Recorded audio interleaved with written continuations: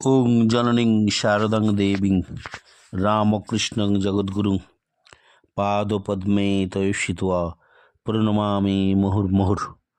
নমস্কার। আজ নিবেদিতার ভারত দর্শন তার 281তম পর্ব। আমরা নিবেদিতার বিভিন্ন দিককে নিয়ে আলোচনা করছিলাম। শিক্ষার দিক, স্বামী বিবেকানন্দের সাথে সহযোগিতা, তার পাশে থাকা, বিবেকানন্দ চিন্তাভাবনায় একাত্মা হওয়া, এটা তার স্বভাবসিদ্ধ পরিচয়। আজকে যাকে নিয়ে আলোচনা করতে চলেছি, নিবেদিতার সহযোগী হিসাবে আর এক নারী পাশ্চাত্য থেকে এদেশে এসেছিলেন। তার সহযোগিতায় ভারতবর্ষকে শিক্ষায় নতুন এক দিশা দেওয়ার উদ্দেশ্যে। স্বামীর সাথে নিবেদিতার থেকেও তার অনেক আগে আলাপ। তার নাম ভগিনী খ্রিস্টিন গ্রিনস্টাইডেল। 1895 খ্রিস্টাব্দে স্বামীজির সাথে আমেরিকার থাউজেন্ড আইল্যান্ডে তার সাথে আলাপ হয় এবং সেখানেই তিনি ভবিষ্যৎবাণী করেছিলেন খ্রিস্টিন ভারতে কাজ করবে। খ্রিস্টিন সম্পর্কে তার নিজের মূল্যায়ন, ও বড় পবিত্র আত্মা। আমি জানি, আমি অনুভব করেছি, কলকাতায় আমার কাজের জন্য ওকে চাই। এই খ্রিস্টিন তার একটু ছোট্ট পরিচয়টা দিলে তারপরে নিবেদিতার সাথে তার কাজকর্মের আলোচনাতে আসলে বোধহয় ভালো হয়। কারণ ছেলেবেলা থেকেই নিবেদিতার মতোই বাড়ির সংগ্রামী চেহারায় তাকে দেখা যায়। স্বামীজি তাকে বুঝতে পারেন যে ভারতের উপযোগী এবং তার কর্মপদ্ধতির সাথে তার আগ্রহ এবং ইচ্ছা, তার সাথে তার কথাগুলি সঠিকভাবে মানুষের কাছে আত্ম উপলব্ধির দ্বারা, আত্মনিবেদনের দ্বারা ভারতবর্ষের মানুষের পাশে দাঁড়াবার তার সঠিক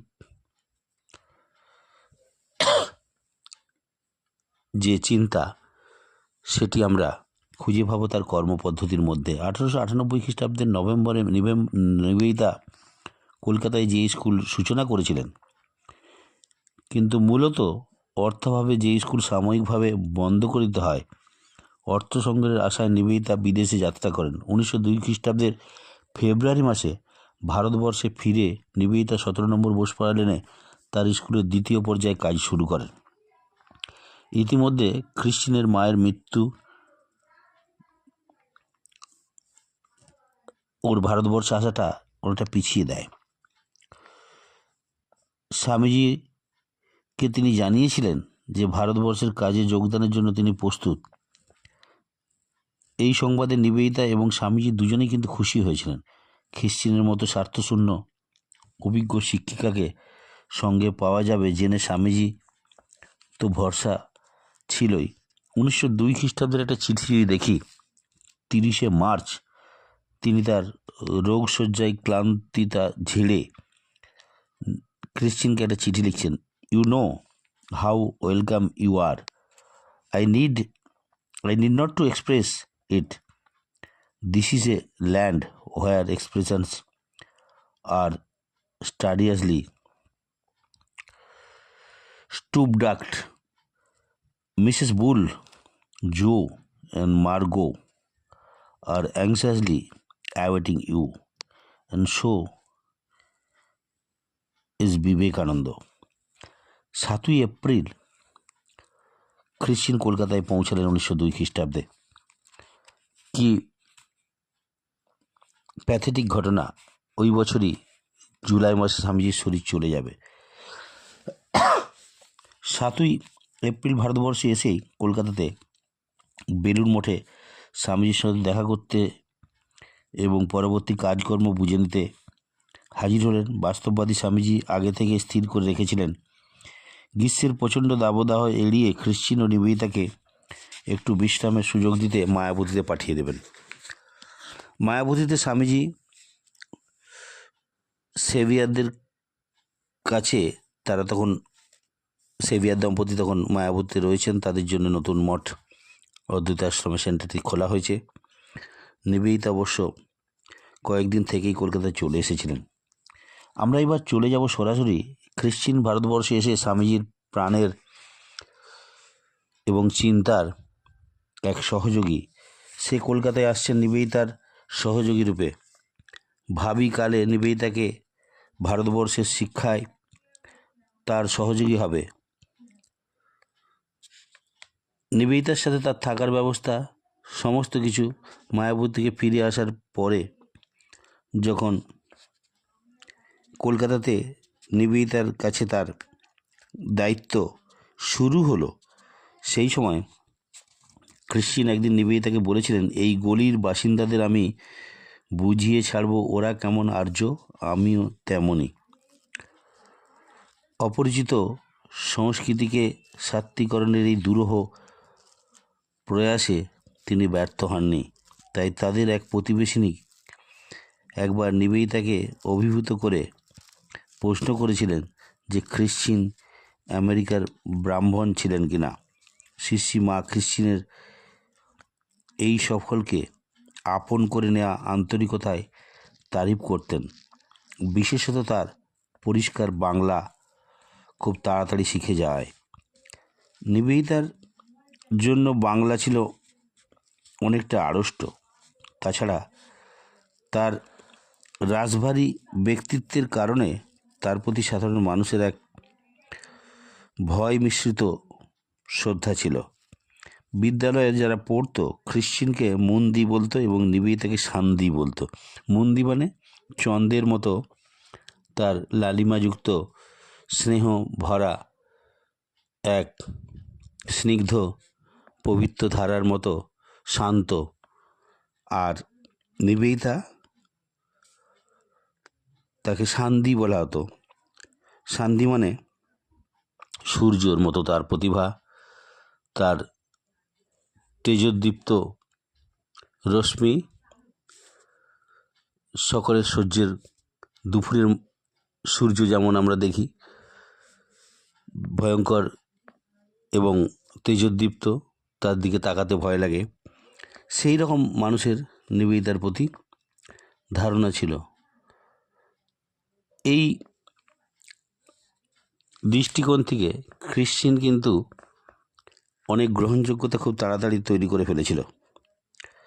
তার সাফল্যের দিক দিয়ে আমরা দেখব নিবেদিতার স্কুলে ওই যে ব্রাহ্মণ কথাটি বলছিলাম একটু আগে, পাশাপাশি প্রতিবেশীরা বাগবাজারে নিবেদিতার স্মৃতিচারণ থেকে যদি একটু তুলে ধরি, সেই সময় কয়েক সপ্তাহ খ্রিশ্চিন একাই বাড়ির দেখাশোনা করতেন। তখন কোনো রাঁধুনি ছিল না, তাই কোনো এক প্রতিবেশিনী তাকে দুবেলা খাবার পাঠিয়ে দিতেন। প্রথম দিন সন্ধে হলো, সেই ভদ্রমহিলার পরিচারিকা একটা পেতলের থালায় খ্রিশ্চিনের আহার্য নিয়ে উপস্থিত হলেন। কিন্তু মনে হলো মেয়েটির মধ্যে প্রসন্ন আতিথ্যতার লেশমাত্র নেই, বরং এই বিদেশিনীর খাবার বহনের দায়িত্ব পেয়ে সে বড় অখুশি বা বিরক্ত। পাত্রটা খ্রিশ্চিনের পায়ের কাছে ঠক করে নামিয়ে মুখ ভার করে তার মুখের দিকে চেয়ে সে কোমরে হাত দিয়ে দাঁড়িয়ে রইল। খ্রিশ্চিন কিছু বলল না। থালাটা তুলে নিয়ে তিনি খাবারগুলো রান্নাঘরে যথাস্থানে রেখে পাত্রটি ধুলেন। তারপর দাসীটির ভাবভঙ্গি হুবহু নকল করে পাত্রটাকে বিজয় গর্বে তার পায়ের কাছে ঠেলে দিয়ে বিরস মুখে কোমরে হাত দিয়ে তার দিকে চেয়ে রইলেন, যেমনটি সে দেখিয়েছিল। এই অভিনয় জাদুর মতো কাজ করল। দাসীটি হাসি মুখে পাত্রটি নিয়ে চলে গেল। এরপরও সে খ্রিশ্চিনের কাছে এসেছে। প্রথম দিনের দুর্ব্যবহারের কোনো দিন আর পুনরাবৃত্তি হয়নি। আসলে তিনি টিট ফর ট্যাটের মতো আচরণ করেছিলেন। আমরা এই সহকর্মীর প্রতি নিবেদিতার সশ্রদ্ধ স্বীকৃতি মহাপ্রাণের মতো সদা সঙ্গী ছিল। সেই সঙ্গে একথাও সত্যি, ভদ্রতার খাতিরেও নিবেদিতার কখনোই কাউকে অন্যায্য বা যোগ্যতার অতিরিক্ত প্রশংসা করতেন না। আর তাছাড়া নিবেদিতা উল্লিখিত খ্রিশ্চিনের এই সব অমূল্য গুণের কথা বিদ্যালয় সংশ্লিষ্ট অনেককেই ভিন্ন ভিন্ন ভাষায় ও ভাবে প্রকাশ করে গেছেন। বিদ্যালয়ের ব্যাপারে দুই সিস্টার তাদের দায়িত্ব কেমনভাবে ভাগ করে নিয়েছিলেন আমরা সেটা জানি। তবে নীতিগত কোনো সিদ্ধান্ত নিবেদিতার অনুমোদন ছাড়া খ্রিশ্চিন গ্রহণ করতেন না। বিদ্যালয়ের সূচনা থেকেই তার পরিকল্পনা এবং আয়োজনে নিবেদিতার পথকেই তিনি অনুসরণ করতেন। কাজেই স্বামীজির মতানুসারে স্বাভাবিকভাবে তিনিই ছিলেন অধ্যক্ষা, কিন্তু তা সত্ত্বেও বিদ্যালয়ের সমস্ত আভ্যন্তরীণ ব্যাপারে খ্রিশ্চিনের কার্যকর উপস্থিতি এবং সেই সঙ্গে তার লোকপ্রিয়তা একসময় বাইরের লোকের চোখে তাকে স্কুলের কর্ত্রী হিসাবে প্রতিষ্ঠিত করেছিল। সিস্টার দেবমাতা কিছুদিন বোসপার্লেনে ওই স্কুলে নিবেদিতা ও খ্রিশ্চিনের সঙ্গে কাটিয়েছেন। তার একটা অভিজ্ঞতা রয়েছে, days in the Indian monastery গ্রন্থে তিনি তার স্মৃতিচারণ করেছেন। The real principal of the school was Sister Christine. Sister Christine had an exceptionally unselfishness character with a rare spirit of service. যদিও দুজনেই স্বামীজির প্রতি প্রশ্নাতীতভাবে আনুগত্য দেখিয়েছেন, তারই নির্দেশে বহু প্রতিকূলতা স্বীকার করেও নিঃস্বার্থভাবে বিদ্যালয়ের কাজ করে গেছেন, তবুও কর্তৃত্বের অধিকার নিয়ে দুই সেবাব্রতের মধ্যে যেন এক সূক্ষ্ম ব্যক্তিত্বের সংঘাত অন্তর্ধারায় বা ফল্গুধারার মতো প্রবাহিত হতো। অত্যন্ত তেজস্বী ও প্রবল আত্মমর্যাদা সম্পন্ন নিবেদিতার মনে হতে থাকতো যে স্কুলের কাজে তার আর কোনো প্রয়োজন নেই। I am no longer needed. এরই মধ্যে 1907 খ্রিস্টাব্দে গ্রীষ্মে তাকে ইংল্যান্ডে যেতে হয়েছিল 2 বছরের জন্য। 1909 খ্রিস্টাব্দের জুলাই মাসে ফিরে আসেন। তিনি দেখেন তার অনুপস্থিতির কালে খ্রিশ্চিন শিক্ষয়িত্রী সুধীরার সহযোগিতায় স্কুলকে আরও সমৃদ্ধ করে তুলেছেন। তার নিজের ভাষায় নিবেদিতা বলছেন, the student hold themselves under Swamiji and the holy mother. They are something of discipline as well as people. All this Christian organized and brought into shape while I was away. তার আক্ষেপের সুরটা ধরা পড়েছে স্পষ্টই। বুদ্ধিমতী খ্রিস্টিনও সে কথা বুঝতে পেরেছিলেন। এই সময় 1910 খ্রিস্টাব্দের এপ্রিল মাসে খ্রিস্টিনের সুযোগ আসে স্কুল থেকে কিছুদিন দূরে থাকার। তিনি যেহেতু জার্মানিতে জন্মগ্রহণ করেছিলেন, মার্কিন নাগরিকত্ব বহাল রাখতে খ্রিস্টিনকে নির্দিষ্ট সময় অন্তর আমেরিকায় কিছুদিনের জন্য যেতে হতো। সেবারেও মাসখানেক সেখানে কাটিয়ে তিনি যখন 1911 খ্রিস্টাব্দে শুরুতে কলকাতায় ফিরে এলেন, বোঝা গেল তখনও নিবেদিতার সঙ্গে তার মানসিক দূরত্বটা কাটেনি। অল্প কয়েকদিন পরেই তিনি মায়াবতী রওনা হলেন। নিজেদের মধ্যে ভুল বোঝাবুঝির অবসান ঘটাতে নিবেদিতা এবারে উদ্যোগ নিলেন। 6 মাসের জন্য স্কুলের ছুটি ঘোষণা করে মার্চ মাসে তিনিও গেলেন মায়াবতী। কিন্তু সেখানে তিনি কিছুতেই খ্রিশ্চিনকে বিদ্যালয়ের কাজে পুনরায় যোগদানের ব্যাপারে সম্মত করাতে পারছিলেন না। খ্রিশ্চিন তাকে সরাসরি জানিয়ে দিলেন বোসপার্লেনে তিনি আর ফিরবেন না। কলকাতার আদৌ কাজ করতে হলে তিনি হয়তো ব্রাহ্ম গার্লস স্কুলে কাজ শুরু করবেন। তাদের দুজনের মধ্যে ব্যক্তিত্বের সংঘাত বিশেষ কোনো ঘটনা বা বিষয়কে কেন্দ্র করে জন্ম নিয়েছিল কিনা জানি না, সে কথা সঠিকভাবে জানাও যায়নি। দুই সিস্টারই পারস্পরিক শ্রদ্ধা ও সৌজন্যের কারণে স্পষ্টভাবে কিছু জানিয়েও যায়নি। তবে নিবেদিতার কিছু পত্র থেকে জানা যায় তার প্রভাবশালী ব্যক্তিত্ব খ্রিস্টিনের স্বাধীন সিদ্ধান্ত গ্রহণের বাধা স্বরূপ হয়ে দাঁড়িয়েছিল। নিবেদিতা তাকে সমস্ত ব্যাপারে স্বাধীনতা দিয়েছিলেন। খ্রিস্টিনের স্বাধীন সত্তা, স্বাধীন চিন্তা তাকে একটা কর্তৃত্বের জায়গায় পৌঁছে দেওয়ার যে সুপ্ত বাসনা, সেটাকে নিবেদিতার ইচ্ছাতে হয়তো দমে থাকতে হয়েছিল। এই জন্যে নিবেদিতা মনে বোধহয় কিঞ্চিত অনুতাপ এসেছিল। মিস ম্যাকলাউডকে তিনি লিখেছেন, জগদীশচন্দ্র বোস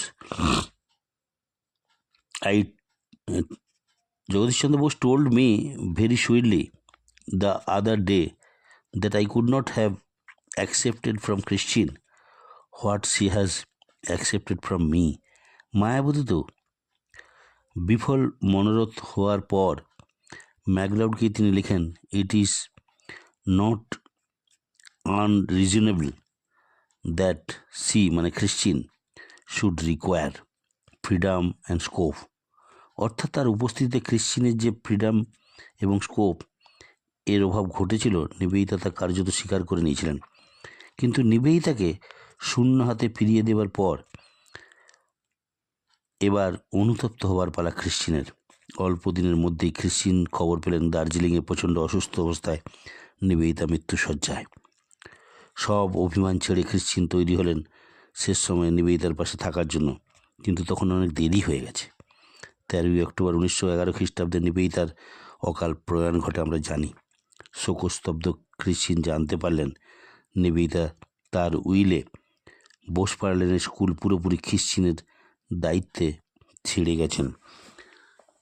অর্থাৎ বাহ্যিক আন্তরিক এখানে মিলেমিশে দুই সিস্টারের একই উদ্দেশ্যকে যেন বুঝিয়ে দেয়। প্রাথমিকভাবে অনাগ্রহী হলেও স্বামীজির নির্দেশ এবং নিবেদিতার শেষ ইচ্ছার প্রতি আনুগত্য দেখিয়ে খ্রিস্টিন ফিরে আসেন কলকাতায়। ভগিনী সুধীরাদির সহায়তায় আবার শুরু হয় সিস্টারের বিদ্যালয়ের কর্মকাণ্ড। যে বলেছিলেন কলকাতায় আর ফিরবেন না, প্রয়োজনে ব্রাহ্মগার্লসে চলে যাবেন, নিবেদিতার স্কুল অন্তত যাবেন না, সে কাঁধে সমস্ত দায়িত্ব তুলে নিলেন।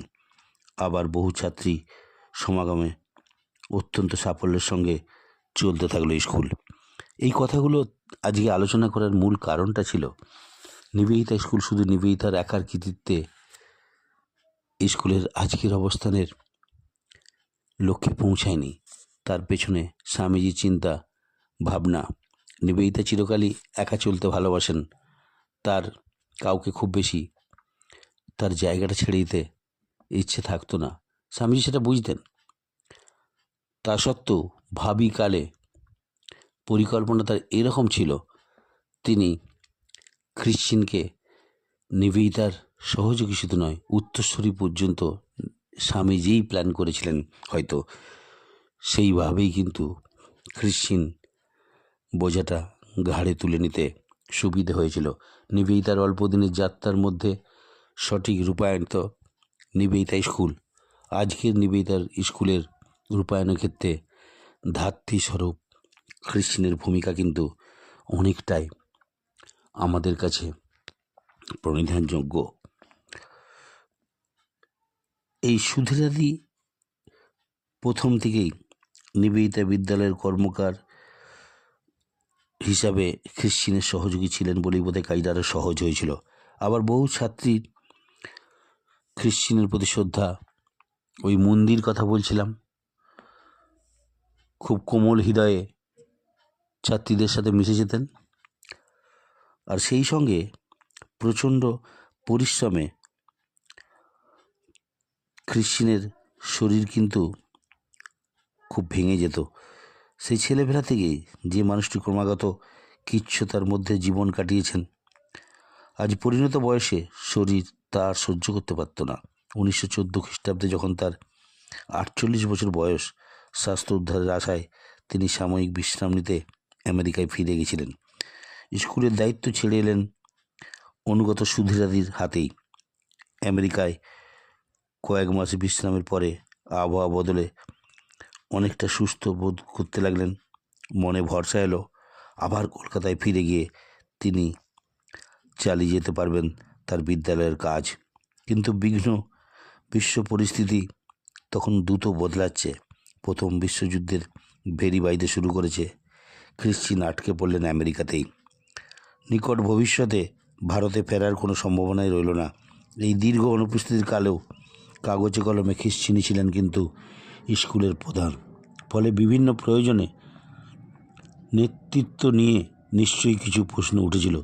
সুধীরাদের পক্ষে অস্বস্তিকর এবং অসুবিধাজনক হচ্ছিল সুষ্ঠু শৃঙ্খলার স্কুলের কাজ চালিয়ে যেতে। দূরদর্শী খ্রিশ্চিন বিষয়টি আজ করে সুধীরাদিকে একটা বড় চিঠি লিখেন। সেখানে তিনি স্কুলের উত্তরসূরি, নির্দেশিকা সমস্ত কিছু জানিয়ে দিয়েছিলেন। শুধু একটা এই যোগ্য সংগঠন নয়, এই চিঠিতে স্পষ্ট করে তুলে ধরেছিলেন এক নিষ্কাম নির্মোহ কর্মীকে।